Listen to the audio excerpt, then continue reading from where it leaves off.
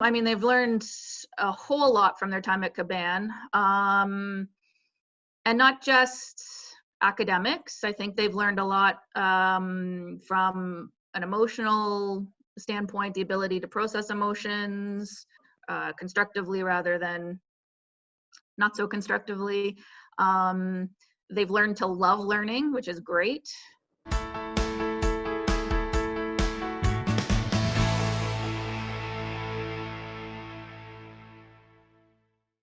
Amanda McCollum had a problem to solve.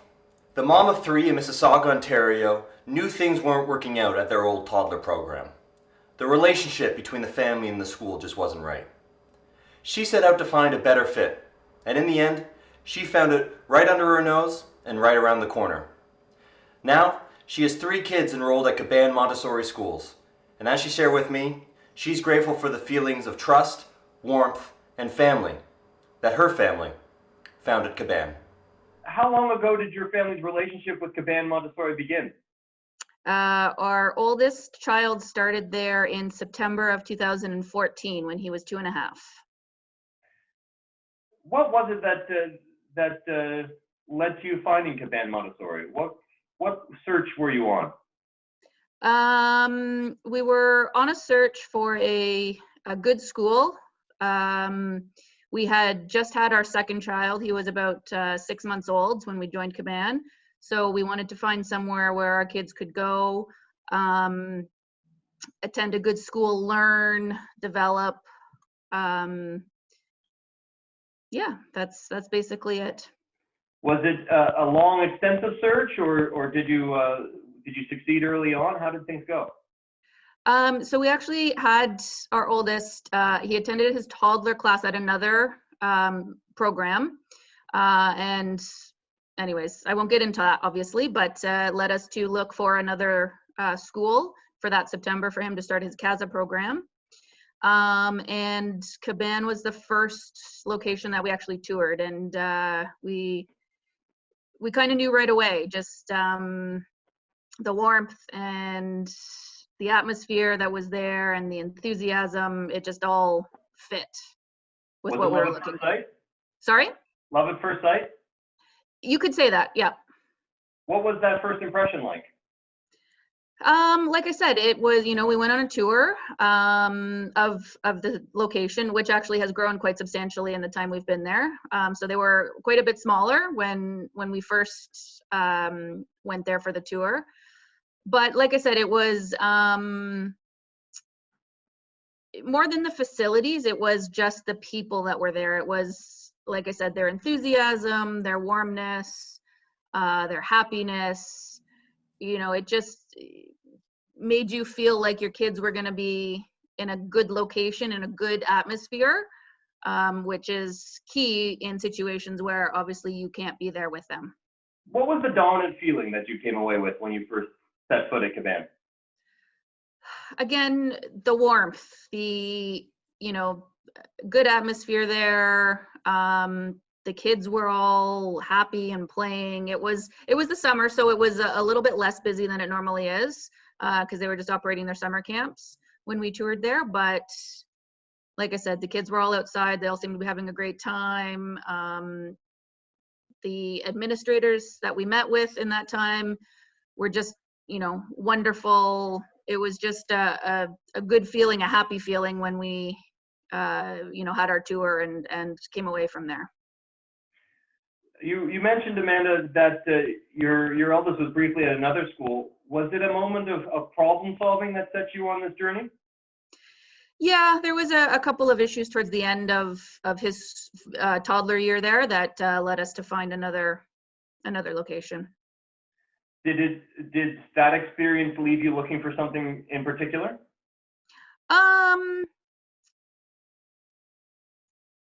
Not really. It was more of an administrative issue, not an issue with how he was cared for or anything like that. It was more just administrative on the problems that we were experiencing. So, so often we talk about our family's relationships with these schools in terms of the relationships our kids have there, but maybe we can zoom into the relationship between parents and school. What what do you need as a parent to make that relationship successful?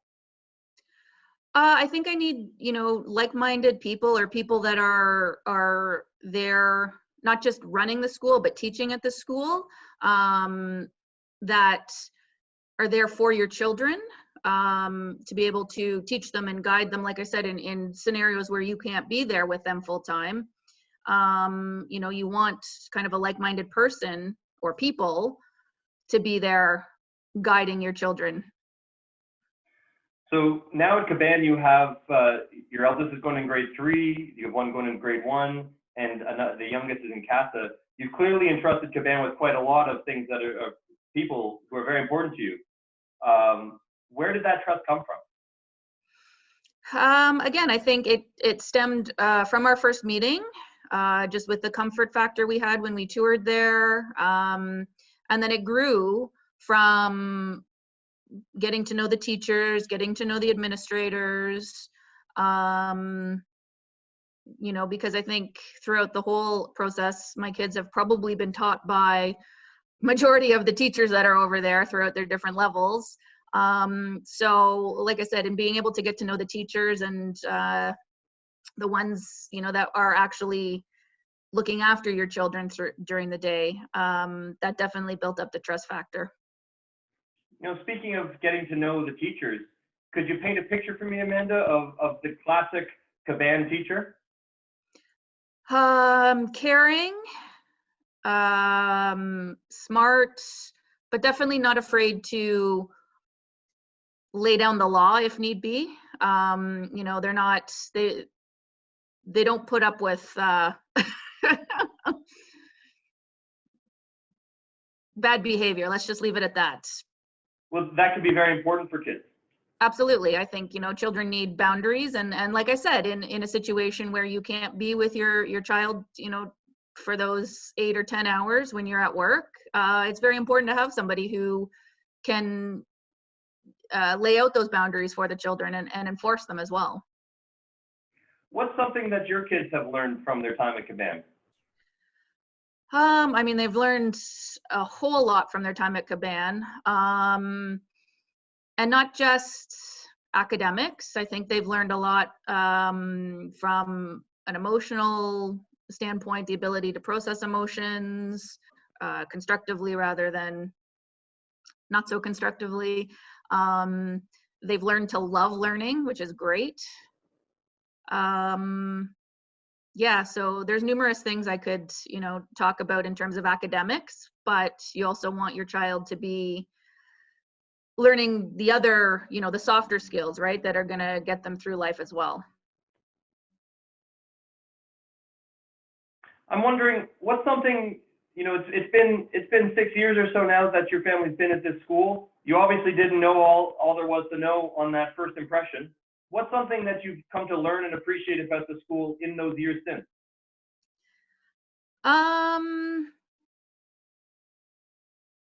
I think, wow, that's a very good question. Probably just the way they treat everybody like family. It's one thing to set up a school and run a school and care for the children, but they honestly try and treat every family as if they are the only family that attend this school.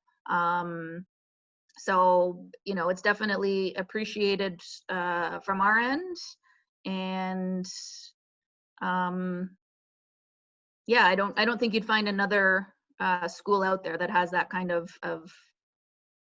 relationship with their families. And I understand as well that you've seen the school itself grow and evolve quite a bit in these years. Yeah, when we first started back in 2014, there was only 3 Casa classes, a toddler classroom and an infant classroom. They did briefly have the elementary program when we first started there, but it closed up. I think it only ran for a year when we first started there, and then it closed up for various reasons. So throughout the time, we've seen the elementary program start back up again. There'll be, I believe 15 kids in that class this coming September. We've seen them add a fourth Casa class, as well as an additional, what they call an intermediate class. So for kind of 2 to 2.5-year-olds. As well as, sorry to keep going, but they've added a very nice new gym facility, phys ed, recreation area for the kids as well. So it's not just the number of people involved with the school that's growing, it's the physical facilities that you've seen grow. That's right, exactly, yep. How have those additions come, help satisfy the needs of your family and your kids? Well, I mean, I think they, with the gym facility, I think that was important. They had a gym facility before, but it was rather small. And if you're talking about getting, an elementary class in for phys ed, you're talking about 10 kids that are between the ages of 6 and 12. So they take up some space. So to get them in with enough room was getting challenging for them. So they have a good sized gym facility now, which lets the kids get in there and run around when the weather may not be so great, to do actual, phys ed classes, yoga, things like that. So that's definitely helped. And I think just the facilities are a little bit more open, brighter, since they took over a couple of other, some more of the spaces that they had. I'm thinking these are some of the tangible things you've seen improve. Are there any intangible things you've seen improve or evolve in these 6 years you've been with Caban? Yeah, like I said, I think the intangibles that we felt that we saw in just our original meeting and tour, I think those have just strengthened throughout the 6 years we've been around. The school has grown in terms of facilities. Obviously, that comes with number of families that are part of Caban now. So I've just seen that strengthen a little bit in terms of them still being able to deal with each family like it was their own, like they were the only ones attending the school. Are you perhaps saying that there's some challenges that come with the success and the growth? I mean, obviously, with any type of success and growth, there's growing pains.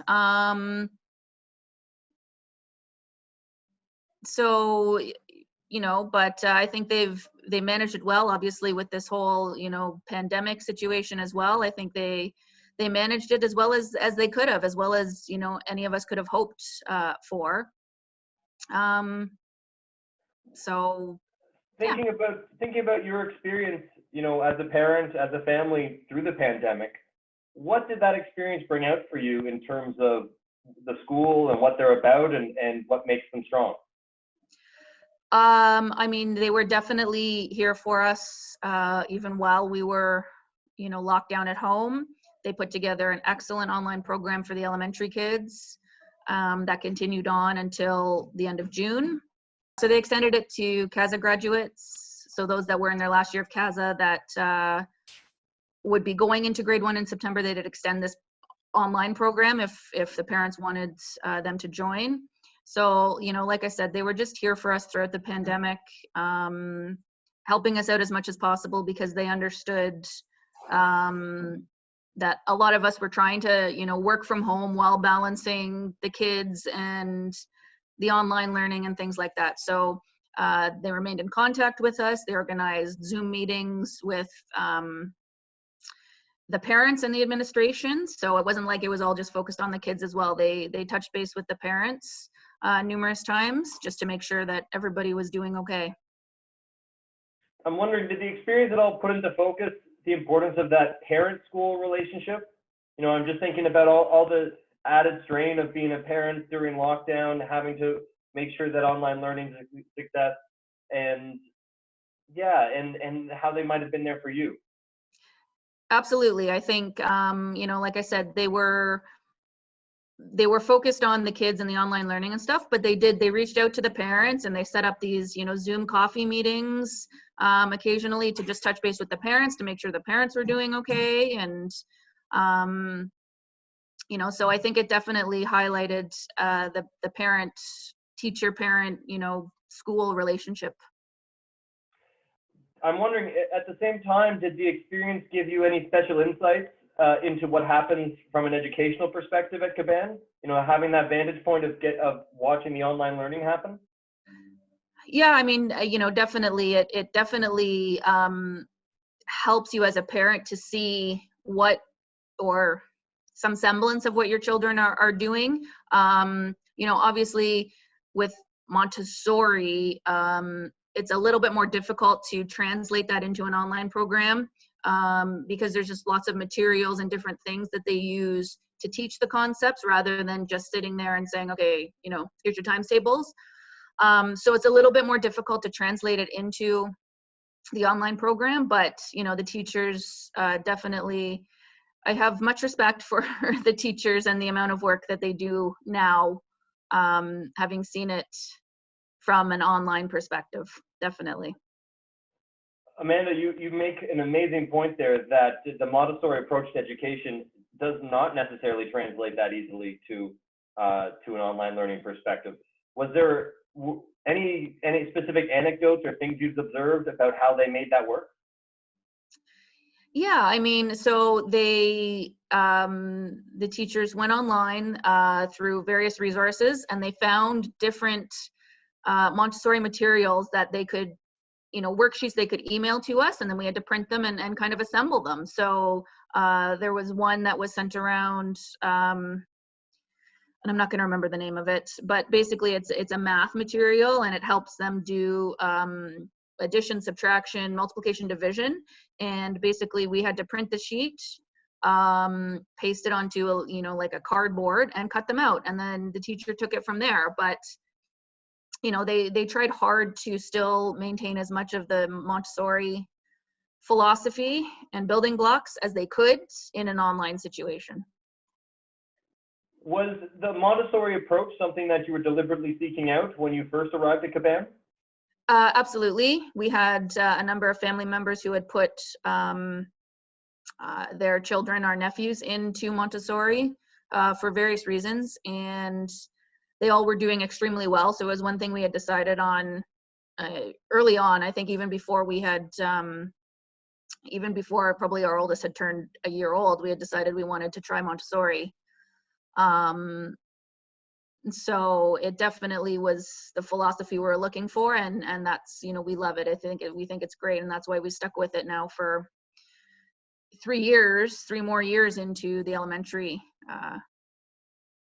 years for our oldest. For you, what's the most important part of that philosophy?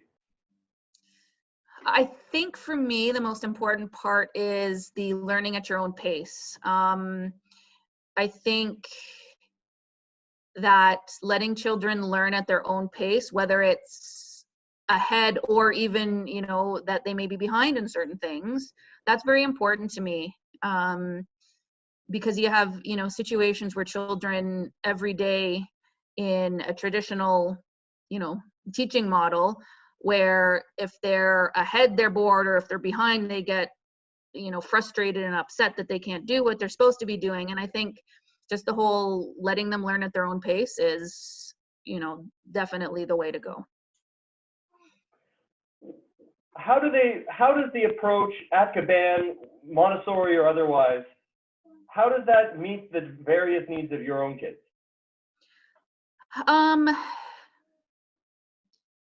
Again, I think it's focused on the learning at their own pace.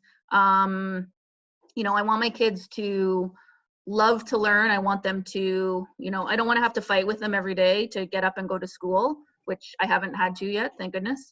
So I think just that whole, you know, learning at their own pace. You know, all three of my kids love to sit and watch older children do their work, which even if they don't quite understand what the older children are doing, they're still absorbing concepts and things like that. So to be able to let them do that and watch the older kids in their classroom, whether it was in the Casa when they were, 3 years old and watching a graduate, a 6-year-old, do some stuff, or even now in elementary. My son going into grade 3 loves to watch a couple of the older children that were in that class do some of their work, division and things like that. So I think it just lets them appreciate and cultivate that love for learning. And Amanda, if I'm not mistaken, the idea of having kids from various ages learning and working together, that's a Montessori concept. Is that correct? Correct. That's right. Yes. It's mixed age groups is the Montessori philosophy. So generally it goes in 3-year blocks. So Casa would be from age 3 to 6. And then your the elementary class that Caban has right now goes from age 6, grade 1, up to the end of grade 6. And the reason that that's all combined into one is there's not enough enrollment to create what they would call the upper elementary, which would be grades 3 to 6 and then 4 to 6. So they have all of those classes all together. All together, different age groups, all learning together. And correct. We've talked a bit just now about what that does from an educational perspective, the absorbing information, piecing together bits of what the older kids are doing, even if you don't understand the full picture. Anything, what else does that do for a student academically? Like I said, I think it just cultivates a love of learning, to be able to see things, to be able to, even watch or help the younger kids. I think that's a big part of it too, is there's not just older kids in the class, there's also younger kids. So that helps with responsibility and being able to help the younger kids get through their materials, because that's something that, they would have learned. So yeah, I just think that the mixed age group is very important from a number of standpoints. What about from the standpoint of, the personal side? We talk about the full child development. It's not just the student that's developing, it's also the person. What does that mixed age group learning do for the development of kids on the personal side? Like I said, I think it develops responsibility and empathy. They see a younger child maybe struggling with the material that they were doing, or maybe that they struggled with as well, and they can go back to that and say, oh, I felt the same way, let me go in and help them out with it. So I think that, it definitely develops the empathy. I think it develops responsibility. I think it develops teamwork, cooperation. It's one thing to sit in a classroom of, 6-year-olds, grade 1, where, a lot of them are going to be like-minded in, games they want to play or things they want to do, versus dealing with, a mixed age group up to the age of 12. You're going to have some compromising that's going to have to take place in there. Yeah, Amanda, I'm wondering if you'll humor me with a little thought experiment. I want to imagine, a vision for Caban for the next 5 to 10 years, and I want to put you in charge. And so as we're, coming up with this vision strategy for Caban for the decade ahead, what's something that you, if you were in charge, something that you would, a strength that you will double down on, and a challenge that you'd work to address?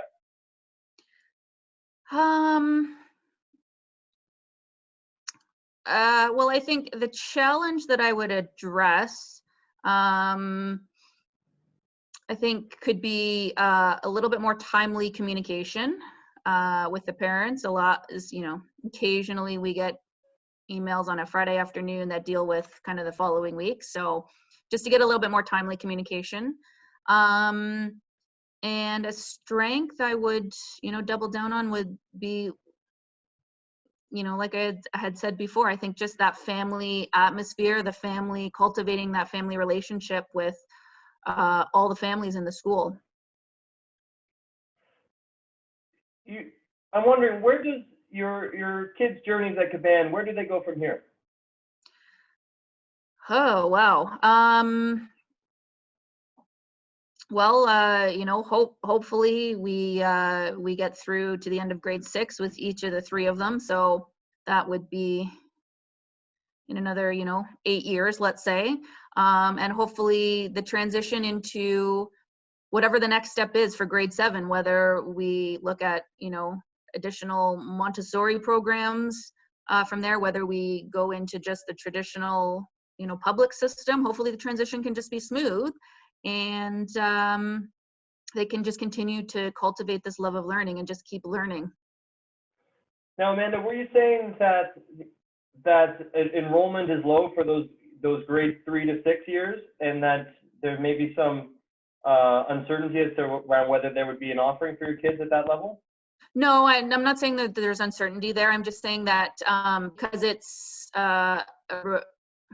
because it was brought back only 2 years ago, we're a little bit bottom heavy on the lower grades versus the higher grades. Now, going into the September, there'll be, I think 9 grade 3s, a grade 5, and I think 6 grade 1s.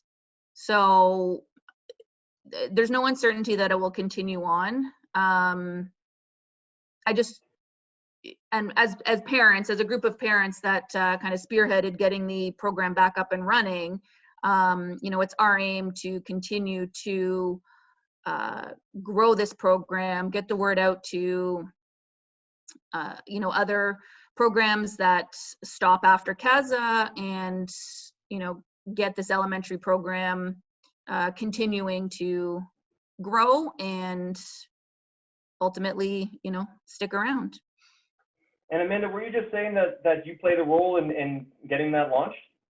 Yes, I was part of a group of 4 parents that really didn't like our options when our oldest were graduating Casa, going into grade 1. We didn't really like our options from a standpoint of, public school and different things like that. So we banded together. We worked with the administration. We put on the information nights. We put on different things for the other parents. And we managed to get it back up and running. And that's all because it was important to you that your kids' experiences at Caban did not end at grade 3. Correct. No, it would have been at the end of Casa. They had completely eliminated the elementary program for a few years. Wow. Why was that so important to you to step up in that way? Well, I mean, like I said, it's the Montessori philosophy, first of all. I think that's, completely important in continuing on into the elementary years. But, just trying to find another program, another elementary program that had the atmosphere that we were looking for, I think would have been very difficult. So I found a couple of other parents that were of the same opinion, and we worked hard and we got it back up. What was that feeling like of succeeding and knowing that your kids weren't going to lose out on this after Casa? It was a very exciting day when we got the enrollment numbers, because they wanted a certain number to be enrolled before they would officially consider it back up and running. So it was very, very exciting the day that we got the enrollment number that we needed. That's awesome. Congratulations. Thank you. How did your kids feel about that success? I think they were happy to just be able to continue on at Caban. We had kind of briefly talked to our who was then 6, now he's the 8-year-old, the oldest, about, what he thought of for grade 1. Did he want to try a new school? Did he want to stay at Caban? Not that he really knew the difference, what a new school would be like, but, he said, no, I want to keep going at Caban. So I think he was extremely happy that he was able to continue going there. As a parting shot, Amanda, I'm wondering, if you could pick up the phone and call your past self in those moments before you had put pen to paper and committed to Caban. What advice would you give your past self going through that hunt for the right school? I would tell her to get in her car and drive about 2 minutes up the road, and find Caban Montessori, because it actually was not showing up on a Google search back then when we were doing our first, when we put our oldest into that first location. So, get in your car and drive 2 minutes up the road.